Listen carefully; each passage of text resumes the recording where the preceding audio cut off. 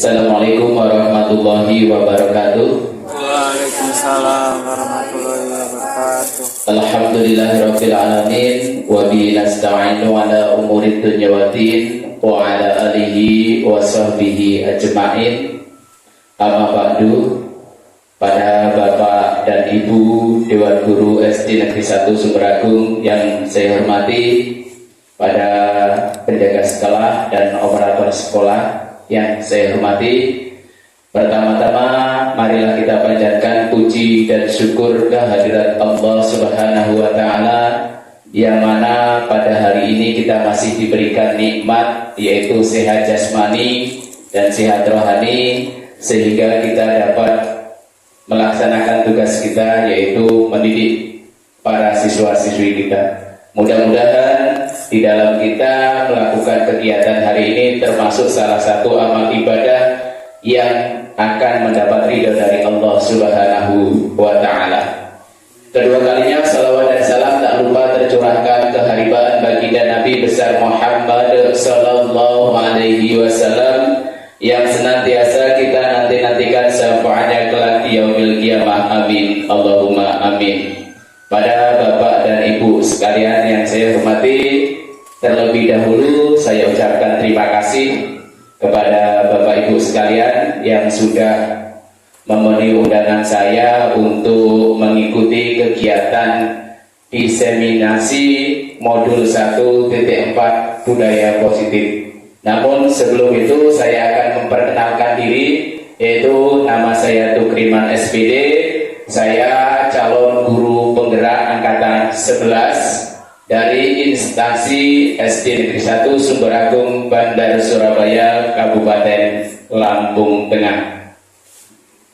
Selanjutnya pada hari ini saya akan memperkenalkan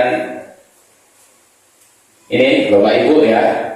Ini yang mendampingi saya di dalam pendidikan guru penggerak. Fasilitator saya yaitu Ibu Sri Suhardini SPDMM, dan pengajar praktek saya yaitu Bapak Leo Zemi Kauters SPDGR, dan saya sendiri sebagai calon guru penggerak yaitu Tukriman SPD.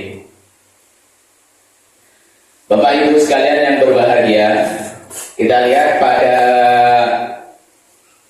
ini ya, pendidikan diibaratkan oleh KHD, yaitu ya, pendidikan itu kalau kita melihat dari pemikiran KHD, seperti yang diibaratkan oleh KHD bahwa peran pendidik seperti seorang petani atau tukang kebun. Anak-anak itu seperti biji tumbuhan yang disemai dan ditanam di lahan yang telah disediakan. Bila biji tersebut di tanah yang subur dengan mendapatkan sinar matahari dan pengajaran yang baik, maka meskipun biji tersebut adalah bibit yang kurang baik, dapat tumbuh dan menghasilkan kualitas yang unggul. Demikian sebaliknya.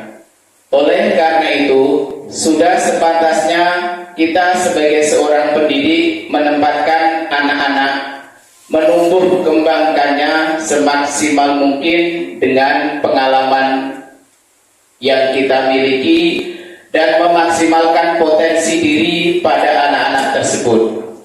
Percaya atau tidak, anak-anak generasi sekarang penuh dengan inovasi dan kreativitas. Diakui atau tidak, perkembangan teknologi sangat berperan penting dalam tumbuh kembang anak. Hanya bagaimana setiap individu memanfaatkan teknologi tersebut. Baik Bapak Ibu ya, dari materi yang ini ya, kita dapat mengambil suatu pelajaran bahwa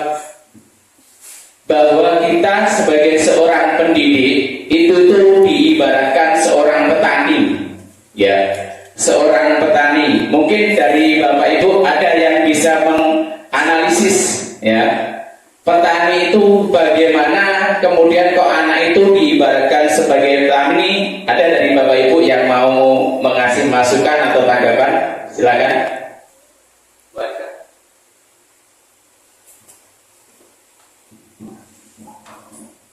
Baik, terima kasih atas kesempatannya. Di sini saya akan menjawab bahwasannya pendidikan itu diibaratkan sebagai petani. Artinya guru itu adalah sebagai seorang petani dan kemudian siswa itu adalah bibit dari petani itu sendiri, bibit-bibitnya. Sehingga apabila kita sebagai seorang petani bisa memberikan yang terbaik untuk tanaman ataupun murid kita, maka yang dihasilkan juga baik. Begitupun dengan lahannya, tanahnya yang subur. Demikian itu yang dapat disampaikan. Mungkin ada tambahan lain dari yang lainnya. Terima kasih.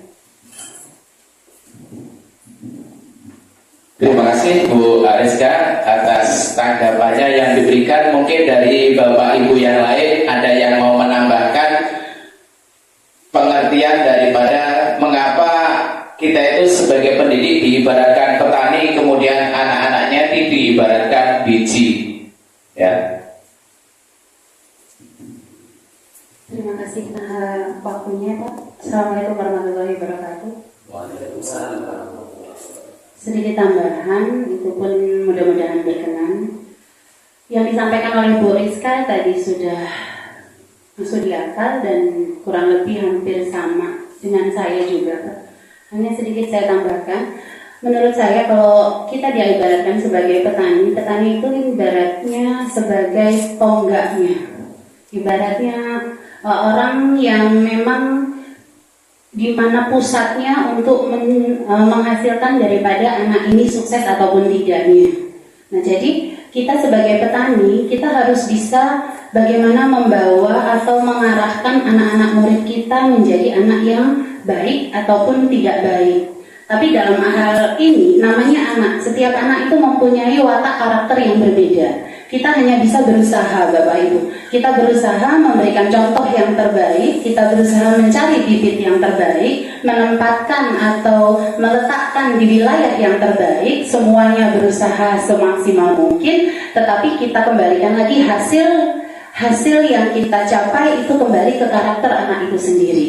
Karena setiap anak mempunyai watak karakternya masing-masing. Kita tidak bisa memaksakan anak itu harus mengikuti apa yang kita inginkan. Seperti itu Bapak Ibu. Tapi tidak ada salahnya kita berusaha. Mudah-mudahan apa yang kita harapkan, kita menginginkan anak ini menjadi yang terbaik, atau tanaman kita hasil buahnya bagus, sukses, kita tidak rugi dalam bertanam atau bercocok tanam.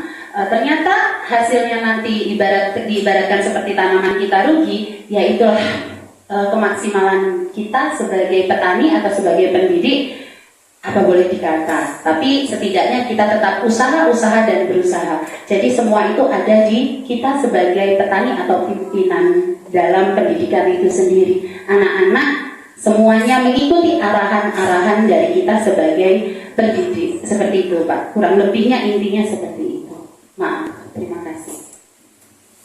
Terima kasih atas masukan dan saran atau pandangan yang diberikan oleh Ibu Fitri. Mungkin dari Bapak Ibu yang lain ada pengalaman yang berbeda, pandangan tentang guru itu sebagai petani dan murid itu sebagai bijinya. Bu Ika? Ya, baik Bapak Ibu ya. Dua masukan dari Bu Fitri dan Bu Ariska ya. Saya hanya menjelaskan sedikit lagi Bapak Ibu ya. Mengapa kita sebagai seorang pendidik itu menurut pemikiran Kahadi itu dikatakan sebagai petani dan anak itu sebagai biji ya. Artinya begini Bapak Ibu ya. Kita sebagai seorang pendidik di sini ini posisi kita sebagai pemimpin ya. Pemimpin di dalam pembelajaran ya. Nah, seorang pemimpin itu diibaratkan petani. Kita itu sebagai pemimpin, petaninya anak-anaknya. Ketika kita sebagai seorang petani ya, kita mempunyai biji ya, biji jagung atau biji padi, itu akan tumbuh subur apabila kita sebagai petani itu menempatkan posisi bibit tersebut di tanah yang subur ya. Itu yang pertama. Kemudian yang kedua, bisa ditempatkan di tanah yang tidak subur tapi Tapi petani itu harus memberikan pupuk, ya, memberikan pupuk, kemudian mengolah tanahnya itu supaya bisa ada vitamin atau zat-zat yang dibutuhkan oleh tumbuhan tersebut untuk tumbuh semaksimal mungkin. Nah, kalau kembali ke dunia pendidikan, kita sebagai seorang pendidik, guru, ya, itu harus bisa bagaimana supaya anak tersebut, ya, yang menjadi model, ya, untuk kita didik. Nah, kita harus bisa. Di situ dikatakan pupuk itu model pembelajaran yang akan kita berikan, ya. Bagaimana agar anak tersebut itu tertarik dengan pembelajaran yang kita lakukan, ya. Kemudian nanti di pembelajaran itu akan membentuk karakteristik anak tersebut. Nah, betul yang dibilang oleh Bu Fitri, kita tidak bisa memaksakan anak. Namun kita diharuskan menuntut anak, ya, bukan menuntut lagi. Kalau dulu kita menuntut, tapi kalau sekarang kita adalah menuntut anak tersebut, ya. Itu. Kemudian kita lanjutkan ke selanjutnya. Nah, di sini Bapak Ibu, konsep inti budaya positif. Ini akan kembali ke kita, ya Bapak Ibu, ya. Yang pertama, disiplin positif dan nilai-nilai kebajikan universal. Yang kedua, teori motivasi, hukum, dan penghargaan restitusi. Yang selanjutnya adalah keyakinan kelas, kebutuhan dasar manusia dan dunia berkualitas, restitusi 5 posisi kontrol, restitusi segitiga restitusi. Bapak Ibu, sekarang kita lanjutkan ke pembelajaran dengan paradigma baru. Pembelajaran paradigma baru merupakan pembelajaran yang dirancang berdasarkan pembelajaran berdiferensiasi agar peserta didik dapat belajar sesuai dengan kebutuhan berdasarkan tahap pengembangan pada teori psikologi modern untuk mewujudkan profil pelajar Pancasila. Disiplin positif dan nilai kewajiban universal. William Glasser dalam kontrol teori yang kemudian hari berkembang dan dinamakan choice teori meluruskan beberapa miskonsepsi tentang makna kontrol.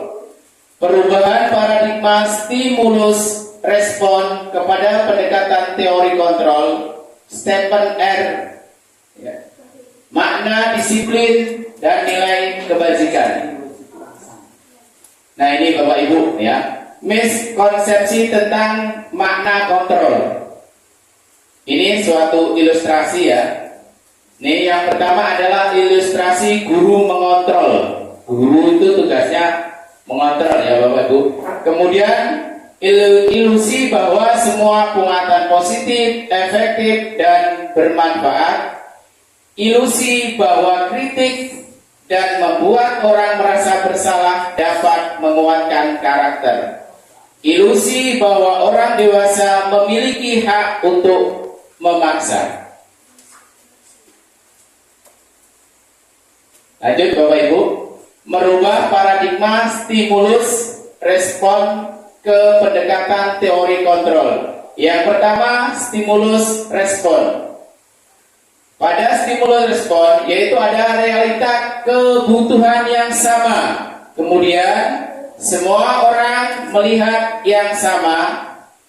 Kita mencoba mengubah orang agar berpandangan sama dengan kita. Perilaku buruk dilihat sebagai suatu kesalahan. Orang lain bisa mengontrol saya bisa mengontrol orang lain. Pemaksaan ada pada saat bujukan gagal. Itu di stimulus respon. Bapak Ibu, kita lihat semua orang melihat yang sama, benar ya? Kadang apa yang kita lihat itu anggapan kita itu sama. Kemudian kita lihat, kita mencoba mengubah orang agar perpandangan sama dengan kita. Ini ya merupakan salah satu stimulus respon. Kemudian di teori kontrol itu ada realita kebutuhan yang berbeda, ya.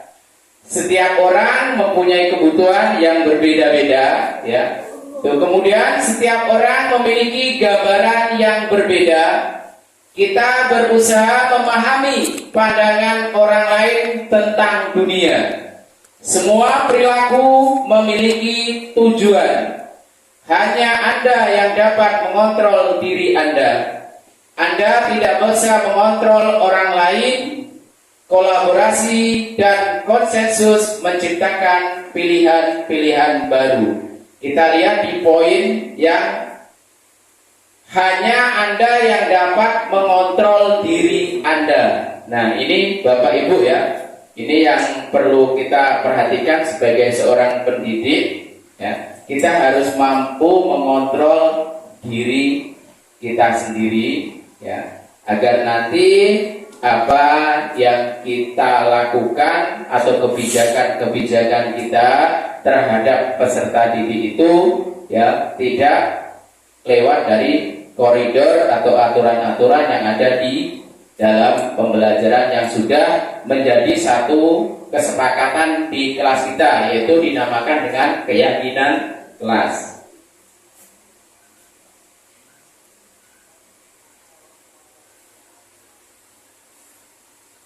Disiplin positif Bapak Ibu, disiplin positif ya. Yang pertama, cara penerapan disiplin yang mengajarkan anak-anak bertanggung jawab, menumbuhkan kesadaran diri berdasarkan nilai-nilai kebajikan. Lebih mengarah ke disiplin diri yang dapat mengontrol diri dalam melakukan tindakan. Dapat membuat murid memahami dan menyadari motivasi internal bukan eksternal. Nah, pada disiplin positif ini Bapak Ibu ya, mungkin dari Bapak Ibu dari poin-poin 1, 2, 3 ada yang mau memberikan gambaran apa yang telah dilakukan oleh Bapak Ibu di dalam mendidik putra dan putri atau siswa-siswi di SD kita ini. Mungkin dari Bapak Ibu ada yang mau memberikan gambaran, silakan, ada 3 poin, mau pilih poin yang mana. Nanti saya tinggal menambahkan lagi. Bu Fitri ada, atau Bu Ariska, Bu Ika?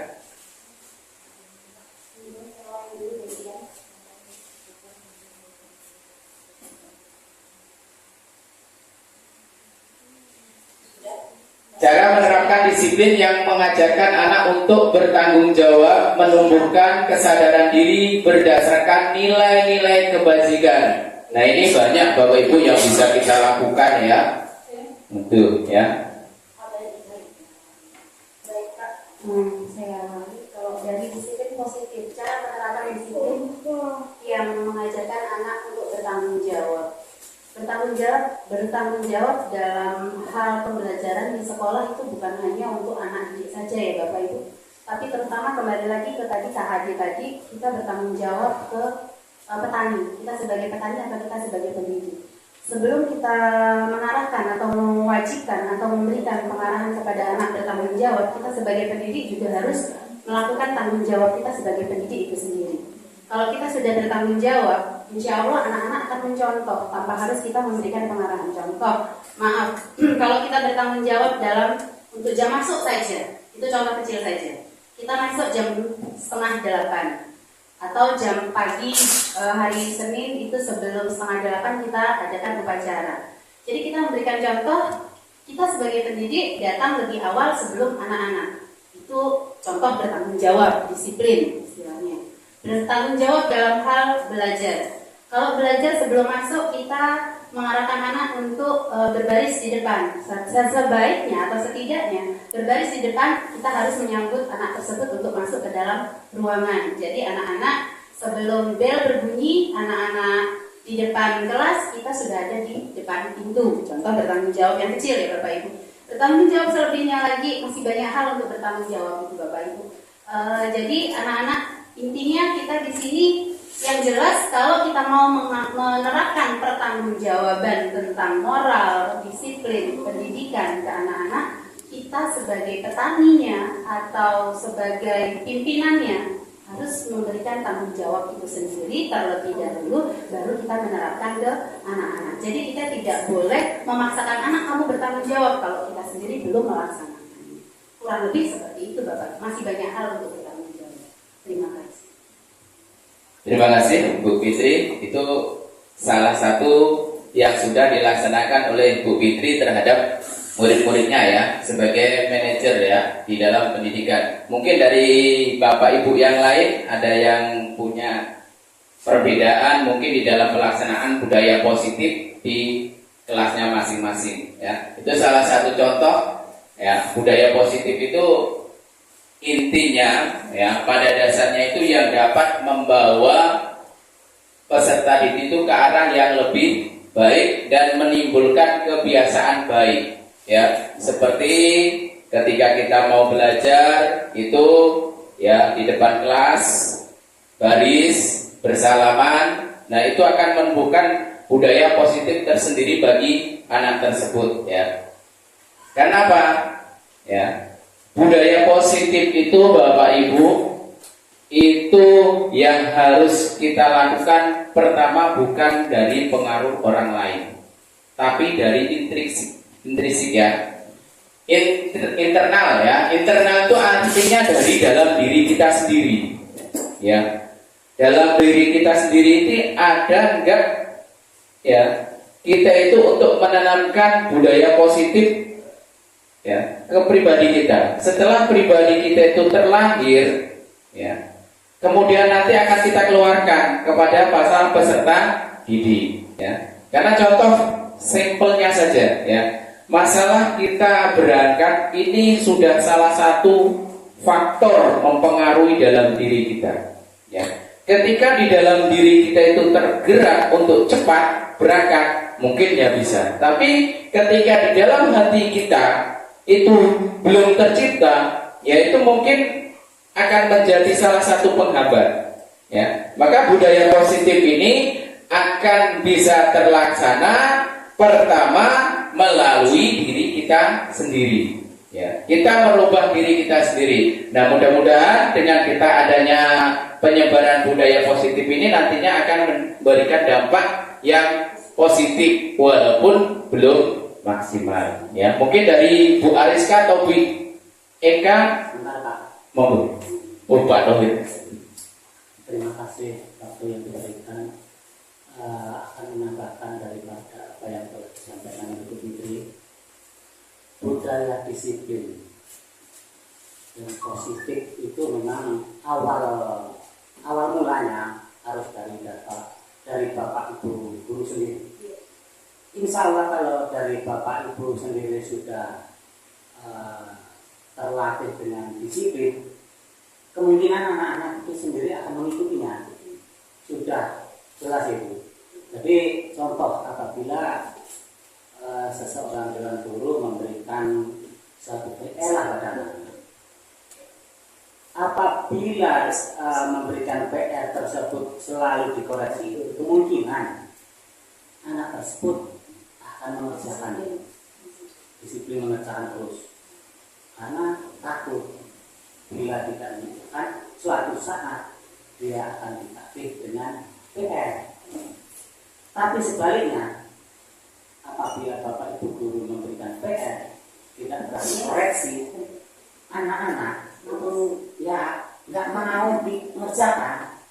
Mungkin dalam diri anak itu sendiri yang mengerjakan PR atau koreksi itu dari dalam diri anak sendiri sudah berasumsi sekalipun mengerjakan nggak dikoreksi, jadi malas. Timbul pertanyaan, jadi anak-anak ini malas mengerjakan dari siapa? Timbulnya dari mungkin Bapak Ibu sendiri yang nggak mau pernah koreksi, atau memang anak-anak yang malas. Nah, ini perlu dikaji kembali. Jadi insya Allah apabila disiplin itu sendiri dari Bapak Ibu guru yang memberikan tugas kita koreksi, anak-anak juga tidak segan-segan kalau diberikan PR mengerjakan. Itu dari segi kecilnya saja. Adapun yang lain daripada kita masuknya juga begitu. Kalau kita masuk ke sekolah dengan disiplin, insya Allah anak-anak juga terlambat tidak akan terjadi.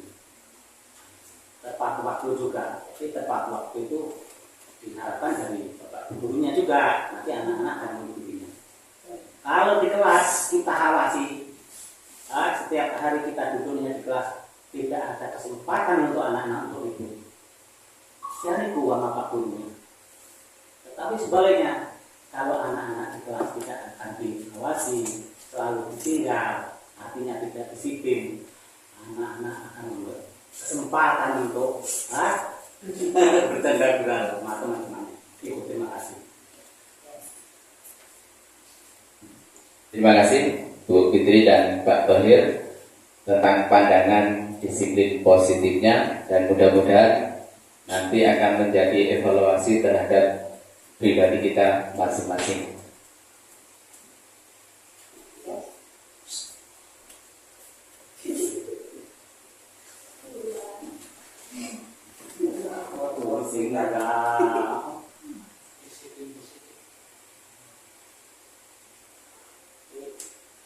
Lanjut, masih sama.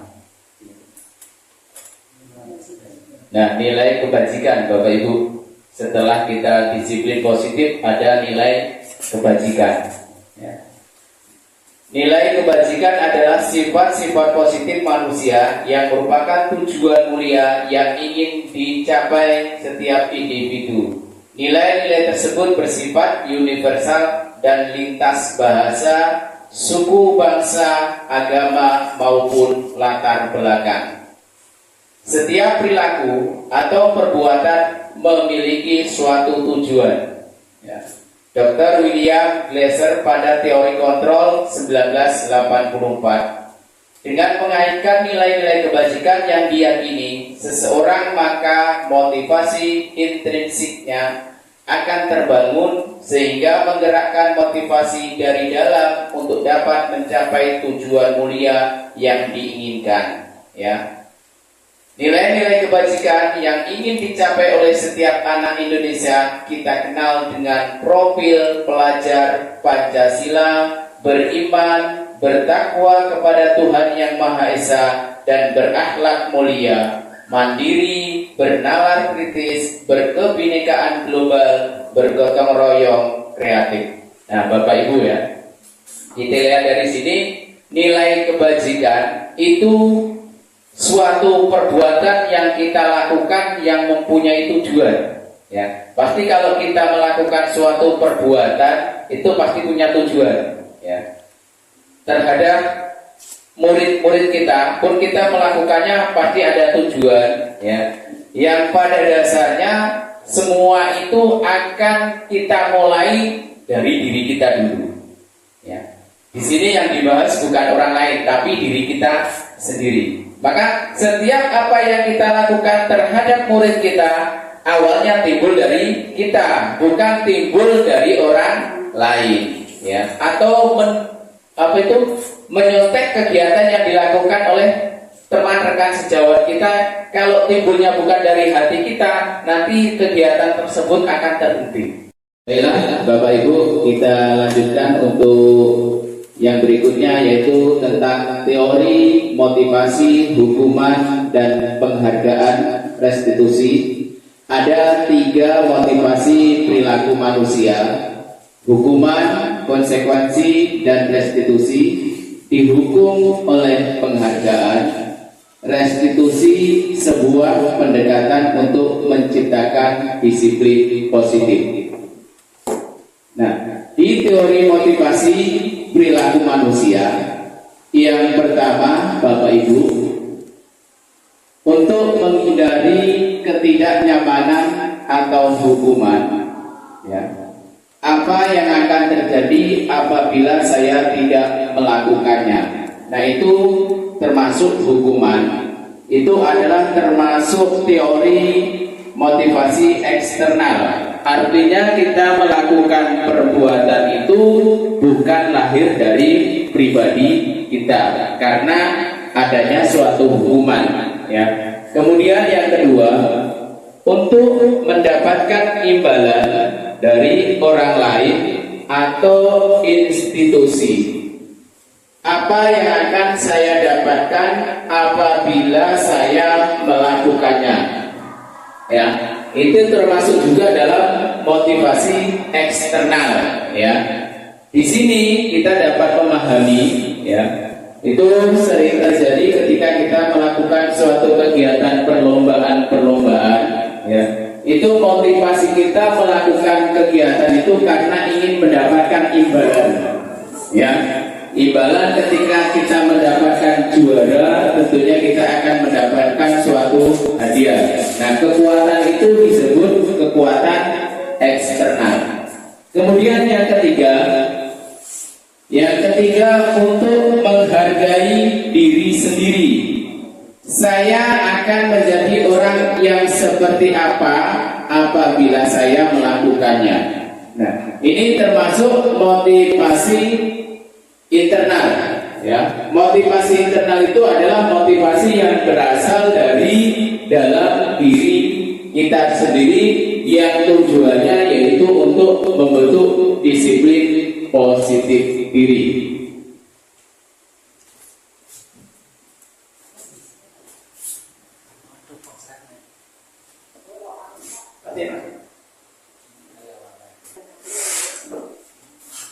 Lanjut ke materi berikutnya.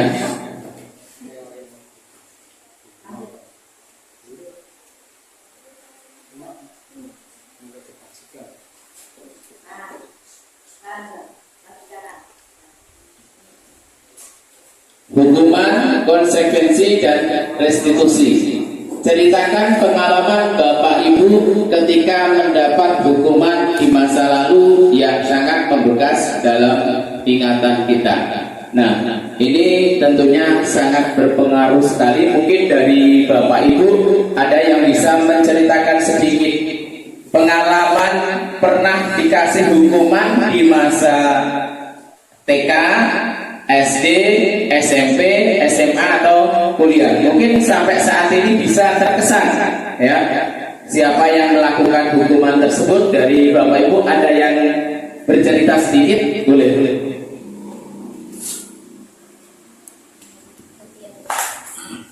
Ini ceritanya Pak.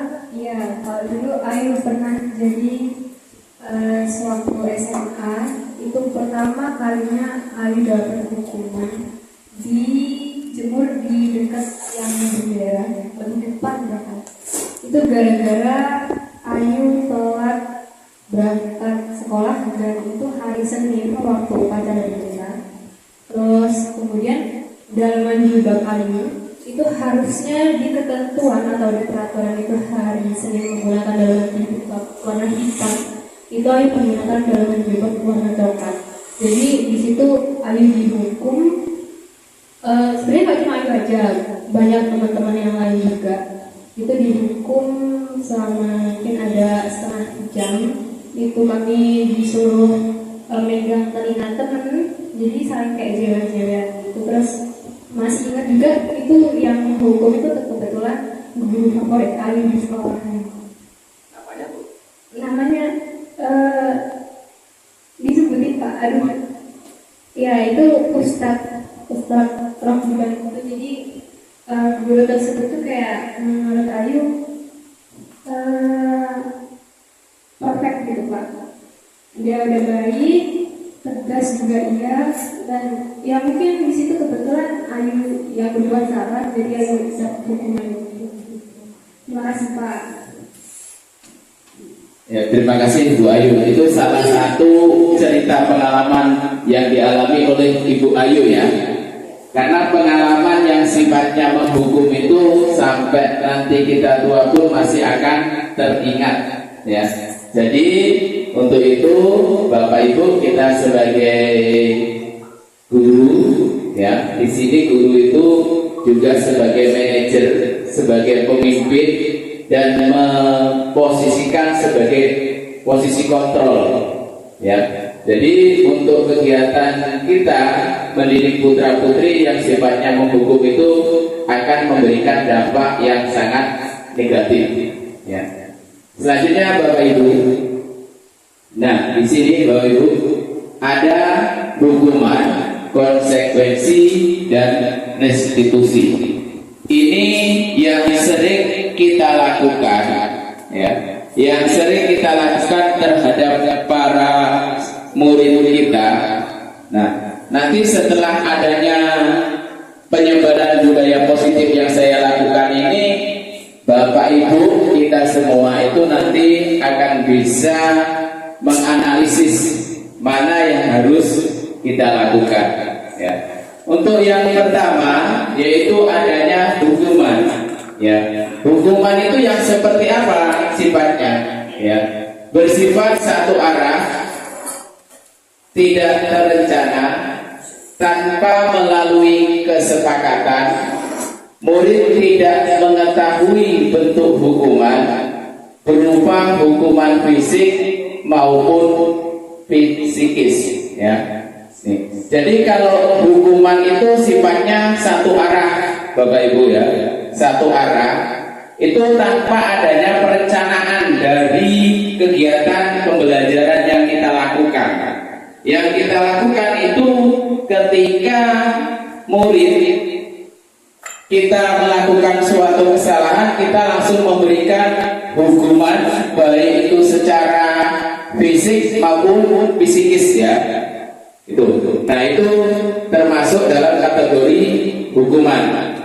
Untuk lebih jelasnya lagi, ya, biasanya kalau kita memberikan tugas kepada anak, entah itu pekerjaan di rumah, ya, atau membuat karya tertentu yang dari rumah dibawa ke sekolahan, kemudian anak tersebut tidak membawa, yang kita lakukan kebanyakan adalah melakukan hukuman, ya. Nanti besok yang anak-anak yang tidak membawa, besok bapak atau ibu guru hukum, suruh mencuci kamar mandi, ya, membersihkan kamar mandi. Tuh. Kemudian yang kedua ada konsekuensi. Konsekuensi Bapak Ibu, ya, dianalisis yang pertama terencana atau sudah disepakati. Ini nanti arahnya ke kesepakatan kelas yang Bapak Ibu buat, ya, sebelum melakukan pembelajaran baik itu di semester 1 atau di semester 2, ya. Itu. Kemudian yang kedua bersifat dua arah. Murid sudah mengetahui bentuk konsekuensi, murid tetap dibuat tidak nyaman. Nah, untuk yang konsekuensi sendiri Bapak Ibu, walaupun murid itu sudah membuat kesepakatan yang terencana dengan kita, murid pun tetap mempunyai rasa tidak aman, ya, dan tidak nyaman. Tuh. Kenapa? Sebagai salah satu contoh, kalau kita membuat kesepakatan kelas itu berbunyinya seperti ini: datang ke sekolah tepat waktu. Nah, itu salah satu contoh kesepakatan kelas. Kadang-kadang ada siswa itu yang datangnya terlambat, ya, datangnya terlambat. Secara otomatis dengan siswa itu datang ke sekolah terlambat, dia tahu sudah melanggar kesepakatan kelas. Yang kita lakukan sebagai guru otomatis konsekuensi. Konsekuensinya apa? Itu berdasarkan kesepakatan yang telah dimusyawarahkan antara kita sebagai manajer pemimpin dengan murid tersebut, ya, di dalam kelas itu. Nanti kalau melanggar ini apa kesepakatan kita, ya, itu. Kemudian selanjutnya Bapak Ibu ada restitusi, ya, ada restitusi. Restitusi yaitu proses menciptakan kondisi bagi murid untuk memperbaiki kesalahan mereka. Nah, di dalam proses restitusi ini Bapak Ibu kita sebagai pendidik perannya sangat banyak sekali, ya, karena banyak latar belakang dari siswa-siswi kita itu yang berbeda-beda dan membutuhkan, ya, pelayanan yang berbeda-beda pula. Ya, kita lihat dari latar belakang keluarga bisa mempengaruhi anak tersebut. Kemudian proses kolaborasi yang mengajarkan murid untuk mencari solusi untuk masalah mereka sendiri. Nah, di dalam segitiga restitusi Bapak Ibu, ya, di sini yang di poin ini Bapak Ibu ya, ini kita itu disuruh berkolaborasi. Kolaborasi artinya di sini ya, Bapak Ibu sebagai manajer pemimpin pembelajaran harus bekerja sama dengan murid ya. Siapa murid itu?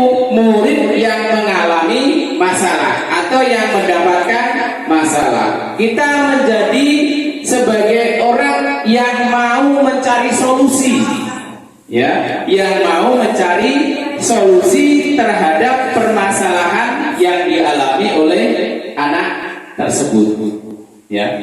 Tuh. Seandainya Bapak Ibu ada siswa kita atau murid kita itu yang kalau belajar itu suka main kotek-kotekan di meja, itu adalah suatu masalah yang harus Bapak Ibu cari solusinya bersama anak tersebut.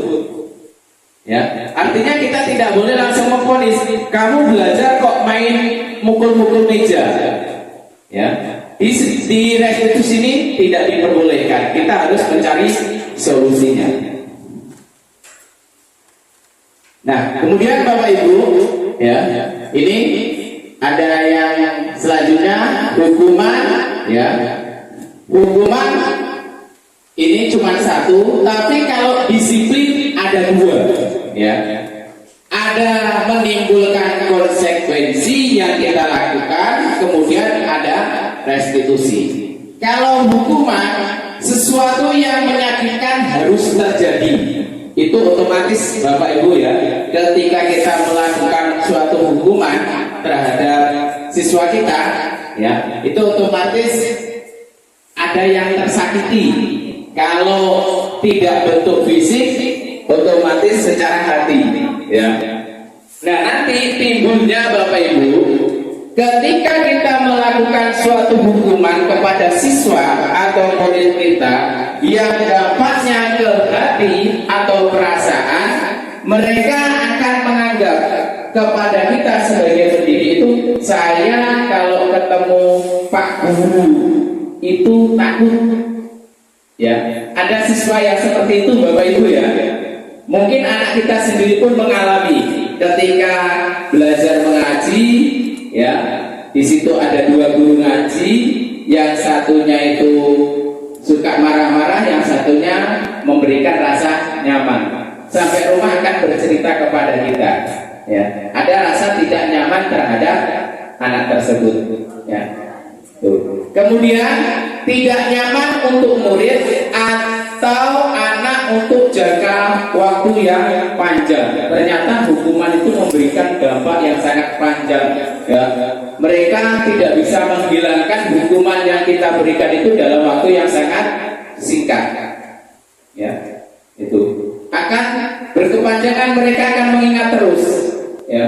Saya dulu waktu di kelas 1 dihukum sama ibu atau bapak ini, sampai kelas 2 masih ingat, ya, sampai kelas 3 pun masih ingat, ya. Itu maka menimbulkan dampak yang panjang, ya. Kemudian korban mendapatkan keadilan. Benar, si korban itu mendapatkan keadilan, tapi kita tidak memikirkan pelakunya, ya. Kita tidak memikirkan pelakunya. Si korban itu merasa saya dibela. Jadi, oh, Pak Guru itu adil sama saya, ya.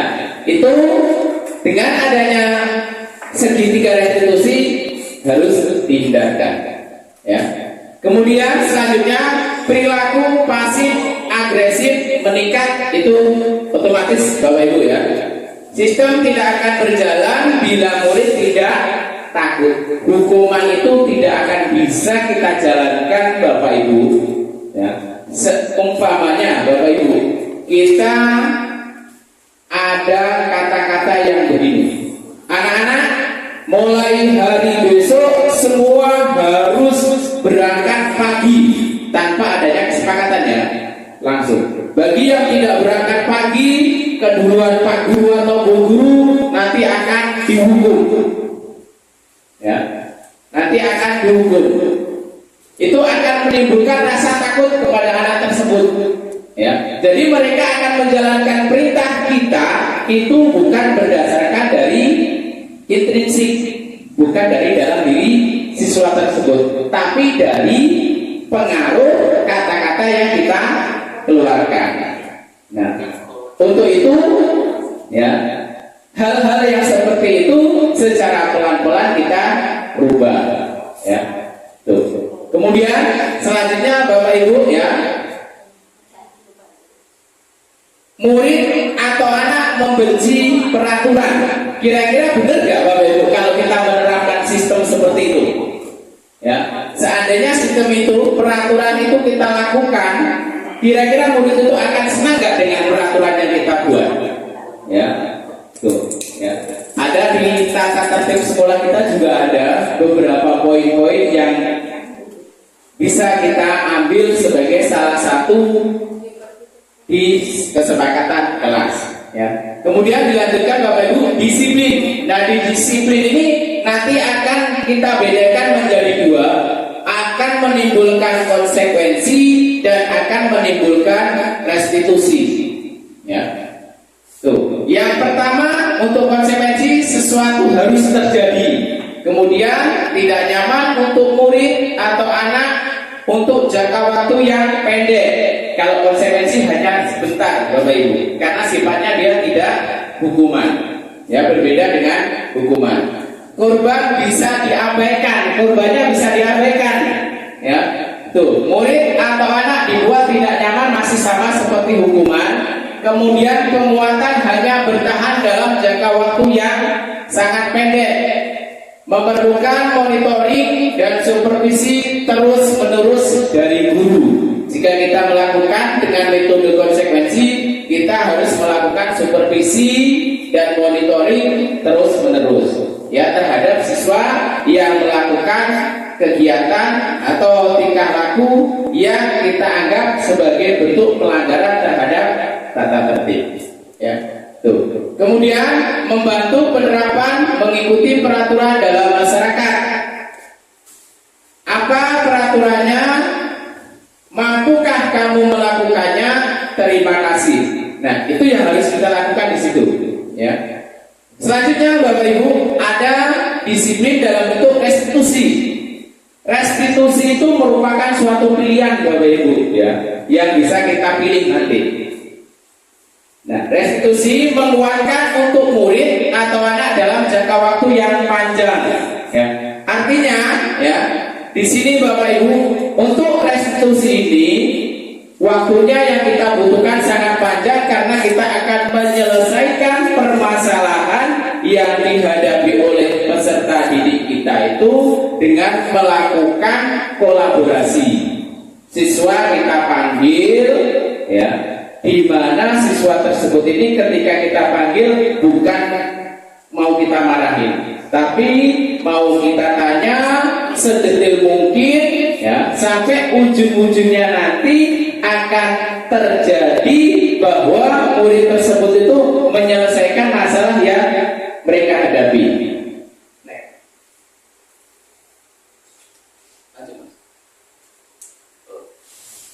Nih, kita sebagai guru Bapak Ibu ya, tindakan kita sebagai seorang guru nanti ada tindakan kita itu masuk dalam hukuman atau konsekuensi. Ya. Sudahkah kita melakukan kegiatan tersebut? Kalau yang masuk hukuman berarti secara perlahan harus kita hilangkan. Ya. Yang pertama Bapak Ibu, ketika kita sebagai seorang pendidik melakukan perintah seperti ini, mencatat 100 kali di dalam buku kalimat yang bunyinya seperti saya tidak akan terlambat lagi karena terlambat ke sekolah itu tidak mematuhi peraturan sekolah. Ya. Nah, yang dikatakan di sini adalah hukuman itu karena mencatat 100 kalinya, Bapak Ibu. Ya. Ketika kita menyuruh siswa yang datang terlambat ambil buku mencatat 100 kali, itu kita sebagai pendidik yang melakukan tindakan hukuman. Ya. Tuh. Kemudian yang kedua, Bapak Ibu, lari mengelilingi lapangan basket 2 kali karena terlambat hadir di sekolah. Itu dalam kategori tindakan kita sebagai guru adalah hukuman. Ya. Kemudian menggantikan kertas tugas teman yang telah dicoret-coret. Menggantikan kertas teman. Ya. Seandainya begini Bapak Ibu,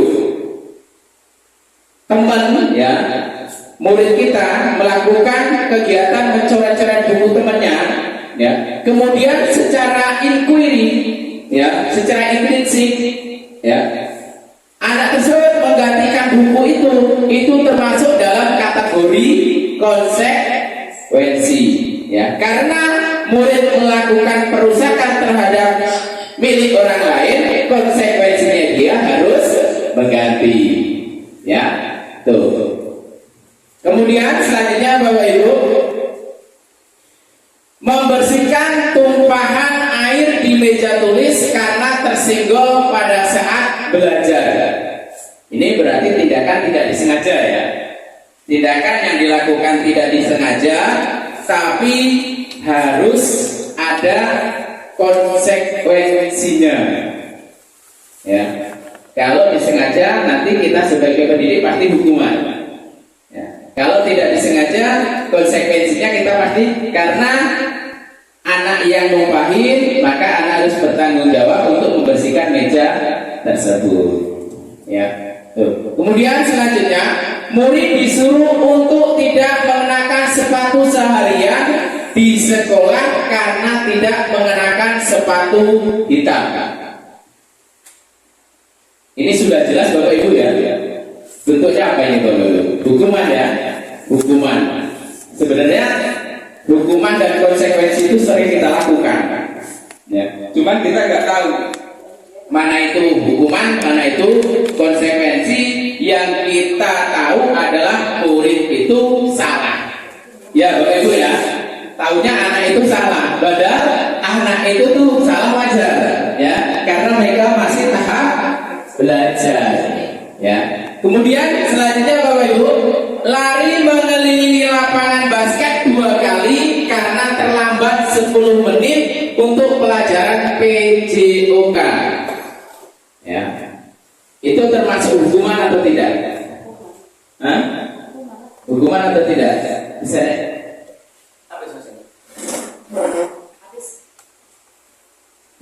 Nah, kalau di sini bentuknya konsekuensi. Kenapa konsekuensi? Karena itu sudah disepakati mungkin Bu.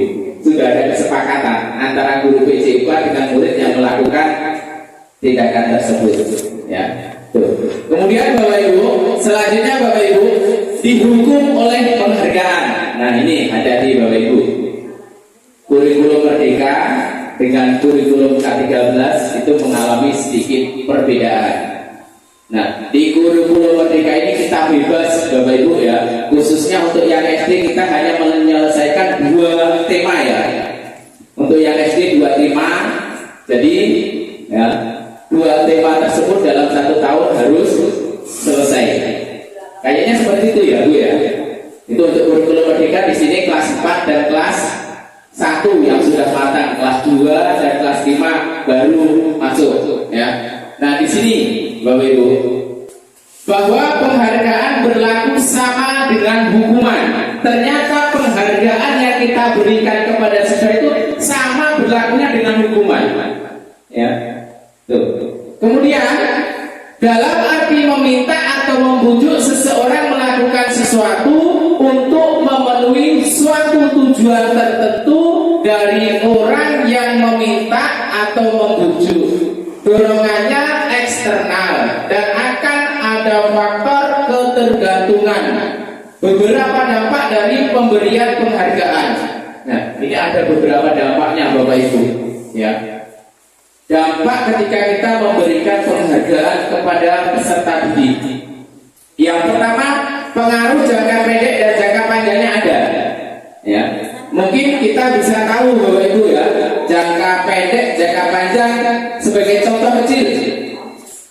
Anak-anak nanti siapa yang bisa mengerjakan tugas nomor 1, Bapak Ibu kasih hadiah pulpen. Itu penghargaan tidak? Penghargaan. Kemudian anak tersebut melakukan kegiatan itu berdasarkan dari dalam diri mereka atau pengen penghargaan itu? Pengen penghargaan itu ya.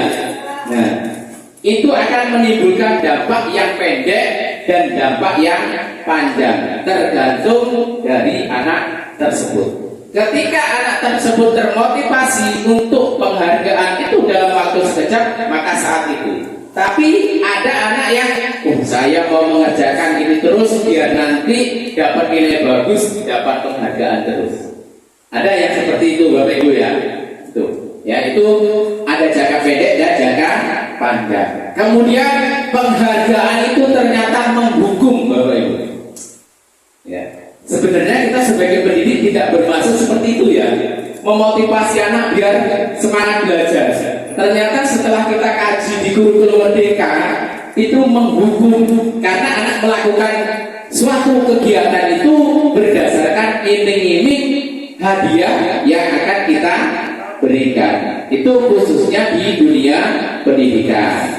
Ya. Selanjutnya Bapak Ibu, penghargaan mengurangi ketepatan pasti. Ya, tuh. Penghargaan itu pasti mengurangi ketepatan karena sasaran kita itu pengennya anak itu pintar bukan dari dalam luar tapi dari dalam diri. Ya, tuh. Kemudian penghargaan tidak efektif otomatis. Ya, nggak akan efektif kalau penghargaan itu kita lakukan berkelanjutan. Ya. Kemudian penghargaan merusak hubungan, bisa. Ya, penghargaan ini bisa merusak hubungan. Ya, sebagai salah satu contoh Bapak Ibu, ketika memperingati Hari Kemerdekaan itu kan terjadi perlombaan ya antar SD. Ketika kita salah pemahaman itu akan merusak suatu hubungan tersebut.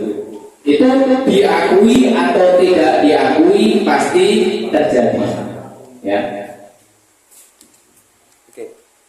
Dihukum oleh penghargaan menurunkan kualitas, sudah pasti Bapak Ibu ya. Penghargaan yang kita lakukan itu akan menurunkan kualitas. Penghargaan mematikan kreativitas. Kemudian penghargaan mengurangi motivasi intrinsik yang lahir dari diri kita sendiri. Bentuk program kebajikan atau apresiasi. Dalam memberikan apresiasi atau pengakuan perlu diingat beberapa hal. Jadi Bapak Ibu, ketika kita akan memberikan apresiasi, ini ada beberapa hal yang perlu kita ingat. Yang pertama, beri pengakuan secara khusus. Kemudian, beri pengakuan secara pribadi, beri pengakuan kepada semua murid bergantian. Ya. Beri pengakuan secara konsisten, fokus pada proses. Contoh pengakuan atau apresiasi kebajikan. Pembuka ada, kemudian selain pembuka ada nilai kebajikan Bapak Ibu tidak lihat di layar depan ini ya. Kemudian ada situasi. Nah, itu ada 3 ya. Sebagai satu contoh, kemarin saya perhatikan, ya, kalau perhatikan berarti orang lain ya.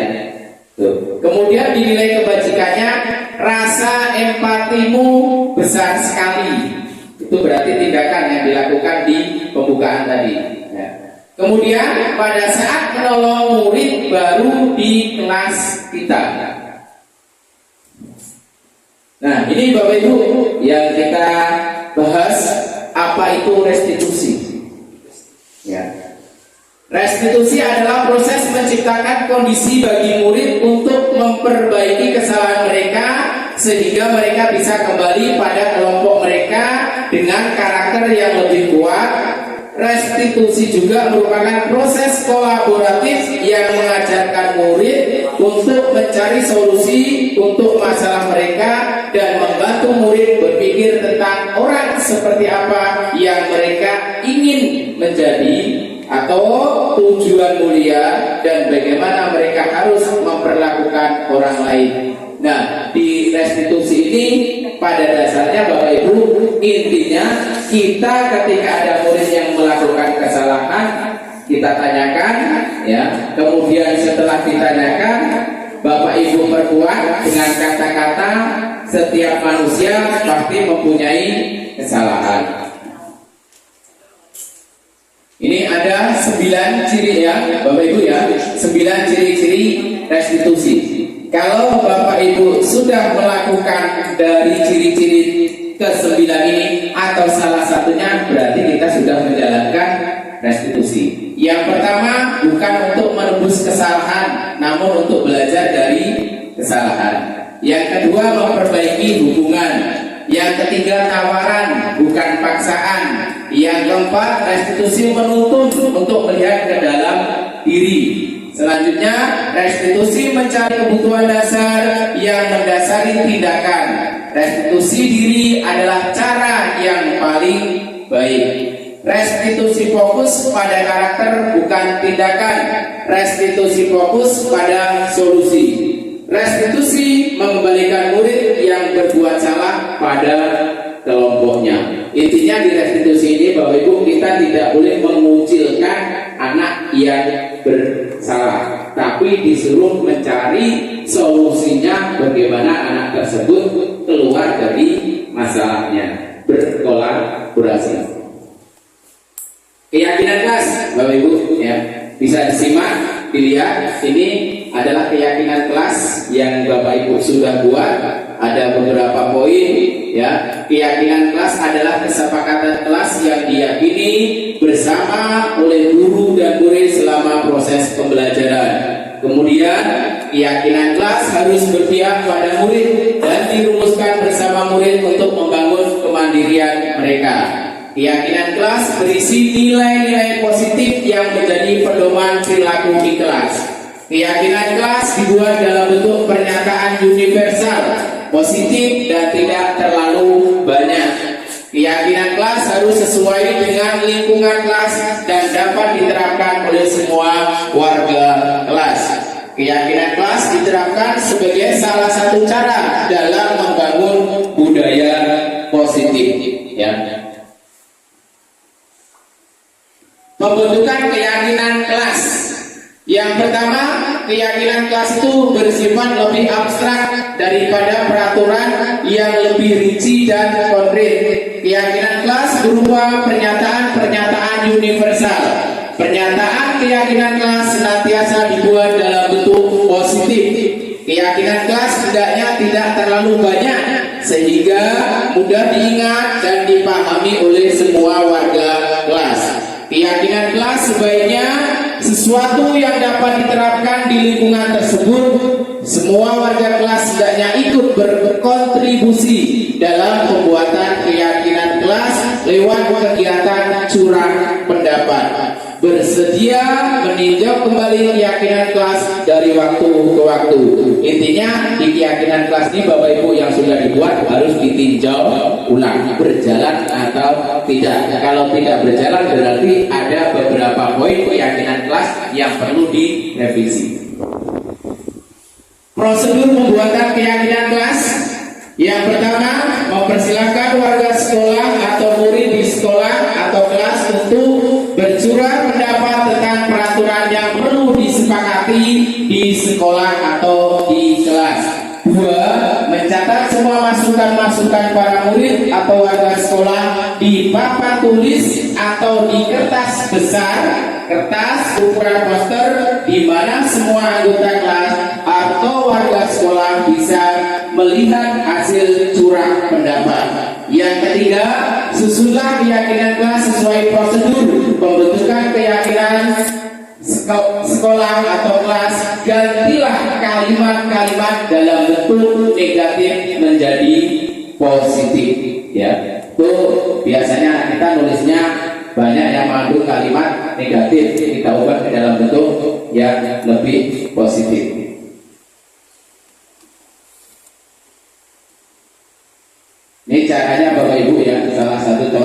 yang Bapak Ibu bisa lihat nantinya. Kegiatan pendalaman keyakinan kelas Bapak Ibu bisa dilihat di tabel ini, ya. Itu ada hormat, tampak seperti, tidak tampak seperti, ya. Datang tepat waktu, itu tampak seperti, tidak sepertinya sering hadir terlambat. Kemudian menyapa teman dan guru setiap hari, tidak tampaknya tak acuh kepada teman dan guru. Next.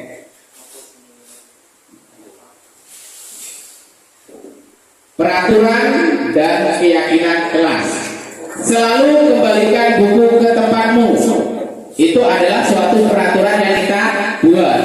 Di keyakinan kelas bentuknya tanggung jawab. Dilarang mengganggu orang lain. Itu peraturan. Kemudian di keyakinan kelas menghormati orang lain.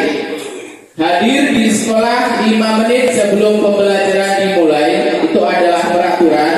Kemudian keyakinan kelasnya adalah menghormati orang lain atau berkomitmen. Dilarang melakukan kekerasan, itu bentuk peraturan. Kemudian di keyakinan kelasnya adalah keselamatan, menghormati orang lain. Dilarang menggunakan narkoba, itu adalah peraturan. Di keyakinan kelasnya adalah kesehatan. Bergantian atau menunggu giliran, itu adalah suatu peraturan. Di keyakinan kelasnya adalah menghormati orang lain dan bersabar. Gunakan masker, itu peraturan. Keyakinan kelasnya adalah untuk keselamatan dan kesehatan. Jangan berlari di kelas atau koridor. Itu adalah salah satu bentuk peraturan. Di dalam keyakinan kelasnya dinamakan keselamatan dan keamanan. Bapak Ibu, ini ada 5 kebutuhan dasar manusia, ya, yang semuanya itu diperlukan oleh kita. Yang pertama, Bapak Ibu, kebutuhan dasar yang kita butuhkan adalah bertahan hidup, ya, bertahan hidup. Kemudian yang kedua, kasih sayang dan rasa diterima. Yang ketiga, penguasaan. Yang keempat adalah kebebasan. Kemudian yang kelima adalah kesenangan. Itu adalah 5 kebutuhan dasar manusia yang harus terpenuhi oleh kita. Ada kasus Bapak Ibu, kasus 1, ya. Kasus 1 itu Bimo, seorang anak TK. B selalu berlari keluar kelas menuju jalan raya di depan sekolahnya yang ramai dengan kendaraan. Tingkahnya membuat guru Bu Ani bingung dan seringkali mengejarnya. Ketika ditanya mengapa Bimo selalu berlari, dia menjawab, "Ibu kejar aku karena ibu guru sayang aku." Kemudian kasus yang kedua, Dinda, seorang anak kelas 3 SD, begitu tiba di rumah sepulang dari sekolah, menangis dan mengadu pada ibunya bahwa dia benci pada Ibu Rani, gurunya. Menurut Anda, kebutuhan apa yang berusaha dipenuhi oleh Dinda jika jawabannya seperti ini? Ibu guru bilang, aku tidak boleh bersenandung. Sewaktu mengerjakan tugas, katanya kelas harus tenang, tidak ada suara, kan enggak seru jadinya. Itu kebutuhan apa Bapak Ibu? Adalah kebutuhan kebebasan. Ya, dia mau belajar kotek-kotek, ketika kita terangkan boleh, maunya dia seperti itu. Ya, yang penting nyambung. Kemudian kasus yang ketiga, tahun ini Dimas genap berusia 17 tahun. Ia senang sekali ketika ayahnya mulai mengajarkan cara menyetir mobil. Setiap akhir pekan ia berlatih menyetir. Ia terlihat senang sekali berlatih sampai akhirnya ia bisa menyetir mobil dengan baik dan lancar. Ketika ibunya bertanya pada Dimas, apa yang membuat dia ingin bisa menyetir mobil? Ketika jawab Dimas adalah seperti ini.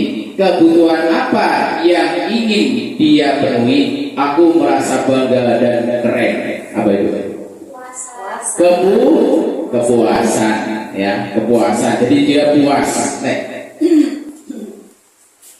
5 posisi kontrol, Bapak Ibu ya. Ada penghukum, ya, membuat rasa bersalah, teman, pemantau, dan manajer.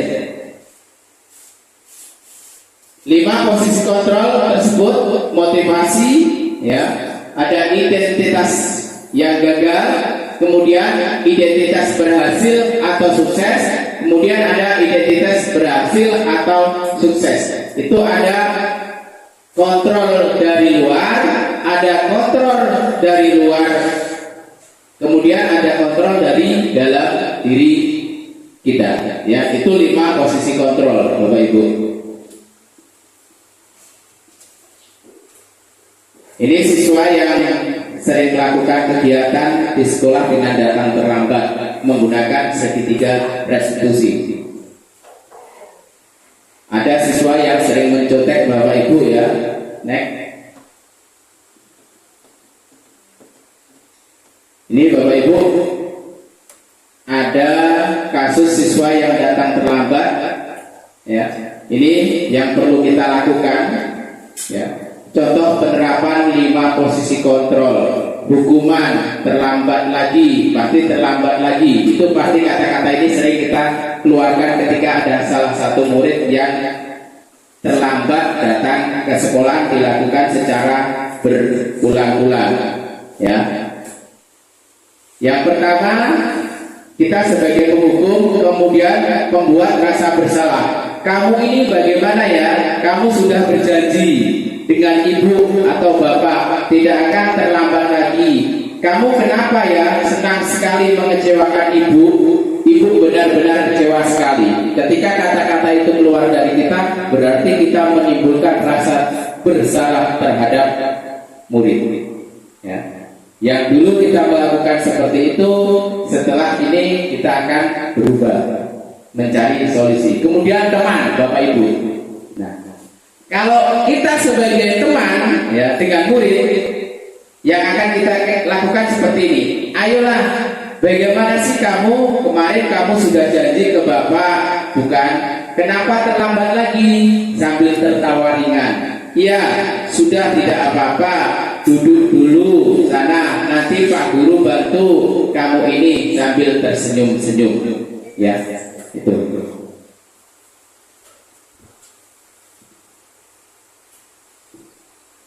Kasus siswa yang datang terlambat ke sekolah, ya. Kamu sudah melanggar peraturan sekolah. Kamu tahu kan apa konsekuensinya? Setelah meletakkan tas, kamu bisa bersih-bersih lingkungan sekolah. Itu sebagai pemantau, ya. Kemudian kalau kita menempatkan sebagai manajer, apakah kamu meyakininya? Jika kamu meyakininya, apakah kamu bersedia memperbaikinya? Jika kamu memperbaiki ini, hal ini menunjukkan apa tentang dirimu? Apa rencana kamu untuk memperbaiki hal ini? Jadi kalau ada siswa yang terlambat atau mengalami masalah, tugas kita di poin terakhir. Apa rencana kamu untuk memperbaikinya setelah kita berdiskusi? Segitiga restitusi, Bapak Ibu, ada 3 ya yang harus kita pahami di segitiga restitusi, yaitu menanyakan keyakinan, menstabilkan identitas, validasi kebutuhan. Menstabilkan identitas, Bapak Ibu, itu ada beberapa yang harus diperhatikan, yaitu berbuat salah itu tidak apa-apa. Itu yang kita lakukan ya. Tidak ada manusia yang sempurna. Saya juga pernah melakukan kesalahan seperti itu. Kita bisa menyelesaikan ini. Bapak atau Ibu tidak tertarik mencari siapa yang salah, tapi Bapak Ibu ingin mencari solusi dari permasalahan ini. Kamu berhak merasa begitu. Apakah kamu sedang menjadi teman yang baik buat dirimu sendiri? Kemudian selanjutnya validasi tindakan yang salah, Bapak Ibu. Padahal kamu bisa melakukan yang lebih buruk dari ini ya. Kamu pasti punya alasan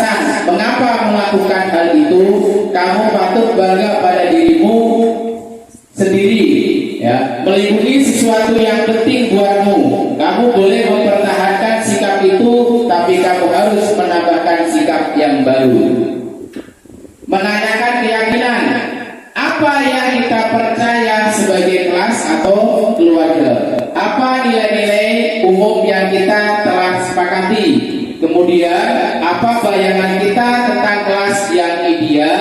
Kemudian kamu mau jadi orang seperti apa? Itu adalah yang menanyakan tentang keyakinan.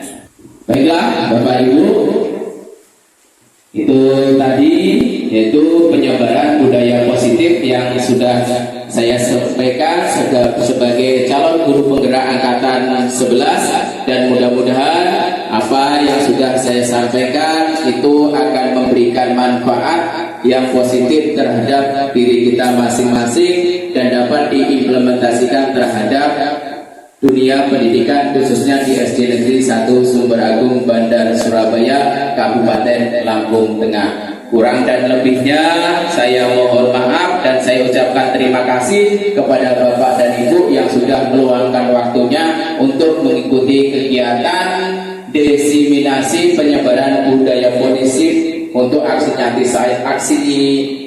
nyata saya di modul 1.4. Akhirul kalam, billahi taufiq wal hidayah. Assalamualaikum warahmatullahi wabarakatuh.